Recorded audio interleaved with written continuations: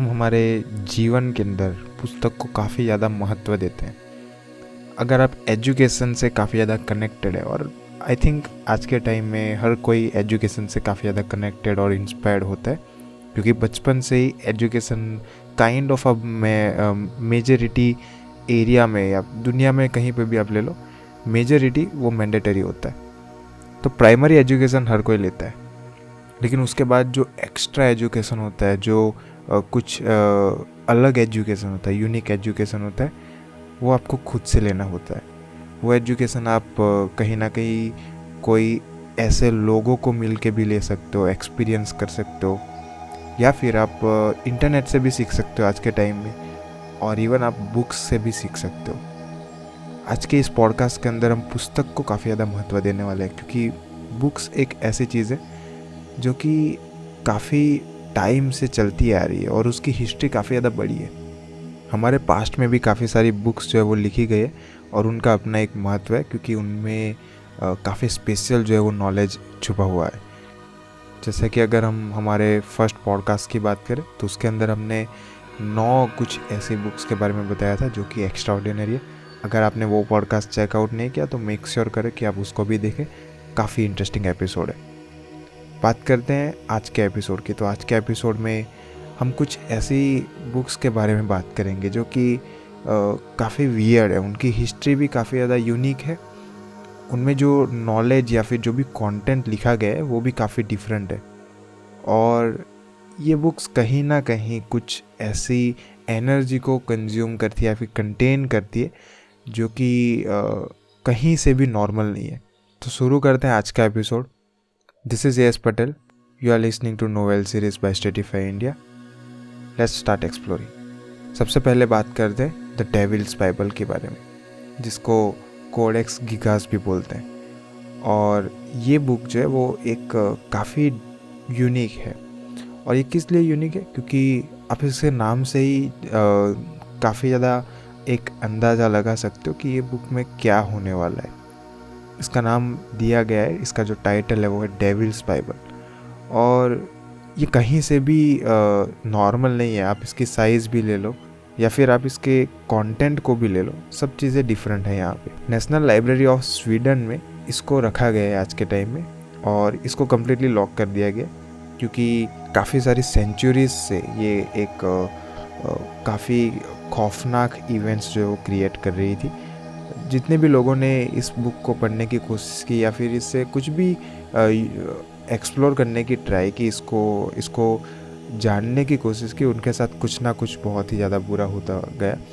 और अगर आप डेविल्स बाइबल ऐसा वर्ड अगर आप गूगल पे सर्च करोगे तो आपको काफ़ी लंबी चौड़ी हिस्ट्री मिल जाएगी, क्योंकि इससे जुड़े काफ़ी सारे ऐसे इवेंट्स हो चुके हैं पास्ट में जो कि काफ़ी खौफनाक है। जुलाई 1648 में काफ़ी सारे बैटल्स हो रहे थे, और उसके बाद स्वीडिश आर्मी ने प्राग सिटी को लूट लिया था, और उस लूट के अंदर काफ़ी सारी उन्होंने ट्रेजर जो है उनको चोरी कर लिया था। लेकिन उस ट्रेजर के साथ एक बुक भी उन्होंने चोरी कर ली थी जिसका नाम था कोडेक्स गिगास। और ये कोडेक्स गिगास जो है वो दुनिया की सबसे बड़ी मिडिवल बुक जो है वो मानी जाती है। लेकिन वो इसलिए पॉपुलर नहीं है क्योंकि ये सबसे बड़ी बुक है, ये इसलिए पॉपुलर है क्योंकि उसका जो कंटेंट है वो काफ़ी ज़्यादा डिफरेंट है, कहीं से भी नॉर्मल नहीं है। वो उसमें काफ़ी सारे एग्जॉर्सिज्म वगैरह की प्रोसेस जो है वो दी गई है, तो इसकी वजह से वो डेविल्स बाइबल के नाम से काफ़ी ज़्यादा पॉपुलर है। डेविल्स बाइबल की फ़िज़िकल साइज़ भी काफ़ी ज़्यादा डिफरेंट है। अगर मैं डायमीटर्स आपको प्रोवाइड करूँ तो 36 इंचज़ टॉल है, ये 20 इंचज़ वाइड है और 8.7 इंचज़ थिक है। तो आप सोच सकते हो कि ये कितनी बड़ी है। डेविल्स बाइबल में टोटल 310 पेजेस है जो कि वॉल्यूम से बने। इसमें टोटल 160 डोंकीज़ को जो है वो यूज़ किया गया है, ऐसा मानते हैं। और ऐसा माना जाता है कि ओरिजिनल जो सबसे पहला वर्जन था या फिर जो सबसे ट्रेडिशनल वर्जन रहा है इसका, जो पहले का टाइम का, उसमें 320 पेजेस थे। लेकिन कुछ टाइम के बाद उसमें से लास्ट के 10 पेजेस को निकाल दिया गया, और उसका कोई भी पर्टिकुलर रीज़न जो है वो यहाँ पे हमको देखने को नहीं मिलता। इतनी बड़ी होने की वजह से इसका वेट भी काफ़ी ज़्यादा देखने को मिलता है हमें। तो 74.8 किलोग्राम के वेट के साथ ये बुक आपको देखने को मिलती है, और ये काफ़ी ज़्यादा हैवी आप कह सकते हो, क्योंकि इतनी बड़ी बुक आपने नॉर्मली तो देखी ही नहीं होगी। तो एक्चुअली डेविल्स बाइबल में हिस्ट्री की बातें लिखी गई, और उसका मेजर रीज़न जो थे वो एक्चुअली उसका पर्पज़ है। तो उसको ऐसे पर्पज़ से बनाया गया था कि वो एक हिस्ट्री की बुक की तरह वर्क करे।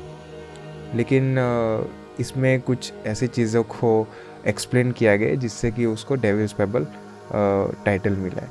तो इसमें जूइश वॉर के बारे में थोड़ा बहुत बताया गया है, और क्रिश्चियन बाइबल के बारे में भी थोड़ा सा काफ़ी डीप में बताया गया है।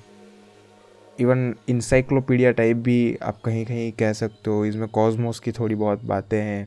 उसके अलावा इसमें मेडिकल प्रैक्टिसेस भी बताई गई है। इवन एक्सोर्सिज्म भी बताया गया। और जिनको एक्सोर्सिज्म नहीं पता, तो बेसिकली आप जिनको झाड़ फूक के नाम से जानते हो, बेसिकली जो भूत भगाने की एक रिलीजियस विधि रहती है, उसको एक्सोर्सिज्म बोलते हैं। तो ये चीज़ें यहाँ पे मेंशन की गई है। इस बुक को किसने लिखा वो किसी को नहीं पता। तो इसका मेन ऑनर तो किसी को भी नहीं पता कि किसने एक्चुअली इसको लिखा है, और एक्चुअल ऑथर तो अभी तक हिडन ही है।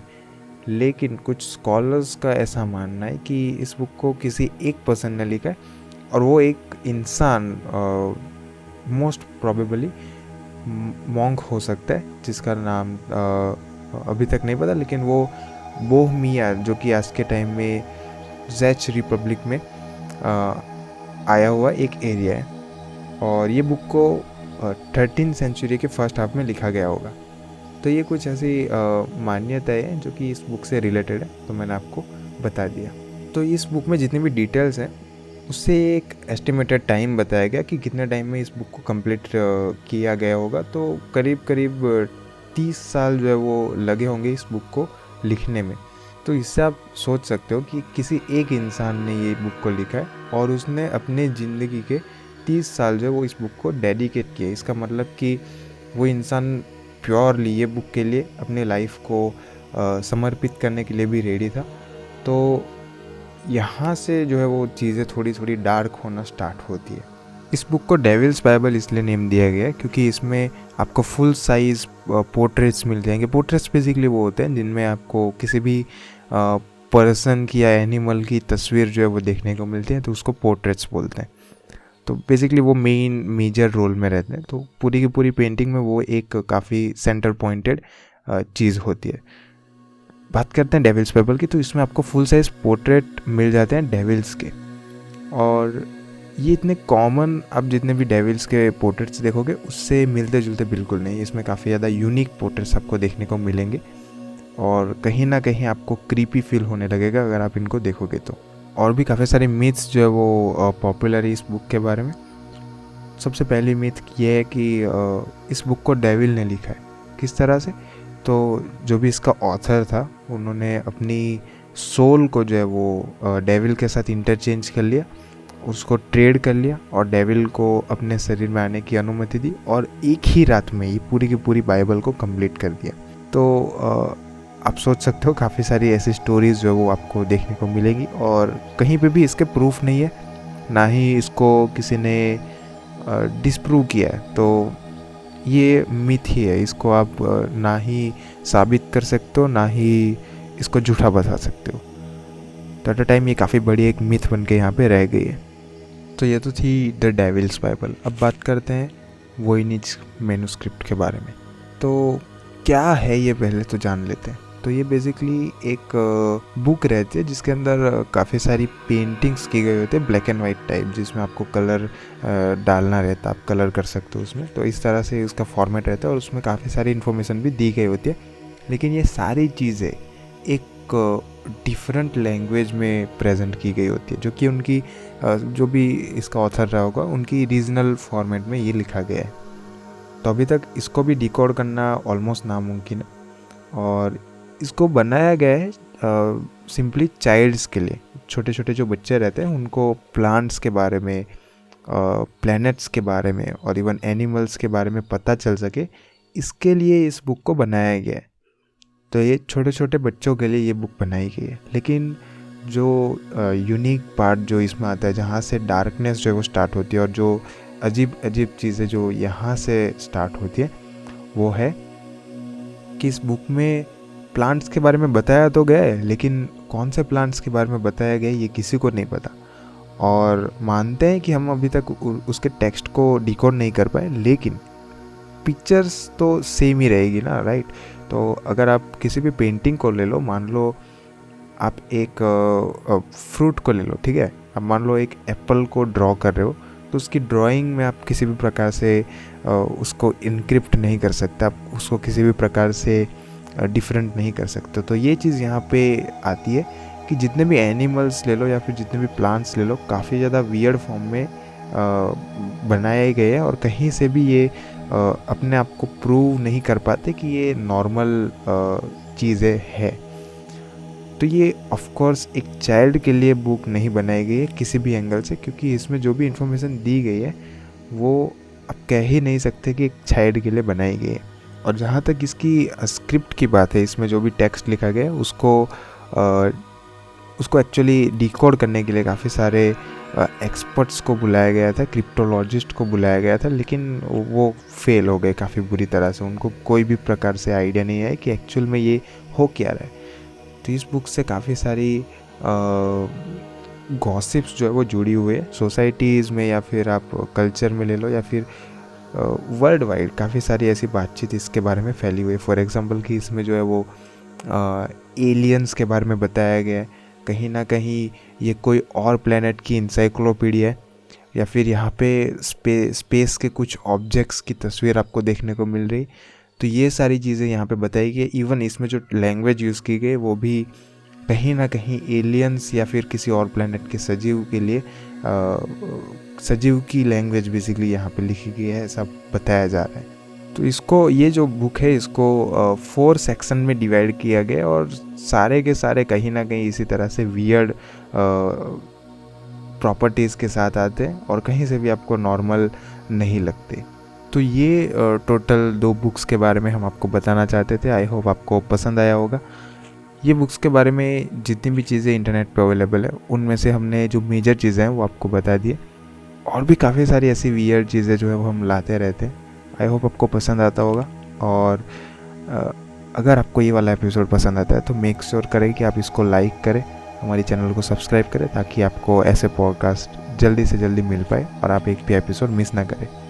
अगर आपने हमारे पहले एपिसोड को नहीं देखा है जिसमें हमने 9 बुक्स के बारे में बातचीत की है, तो आप वो भी ज़रूर से देखें। उसमें एक सीक्रेट सोसाइटी थी जो कि एंशिएंट इंडिया से बिलोंग करती है।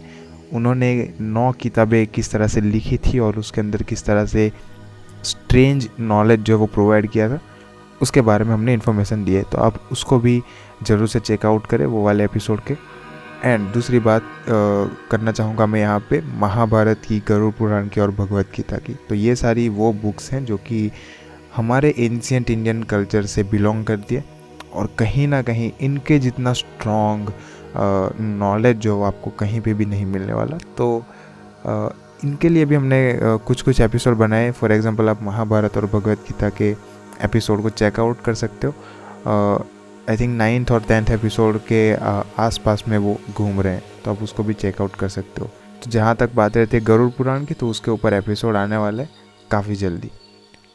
तो आज के लिए बस इतना ही रखना चाहूँगा मैं, और आई होप आपको एपिसोड पसंद आया होगा, और मैं मिलता हूँ नेक्स्ट एपिसोड के अंदर।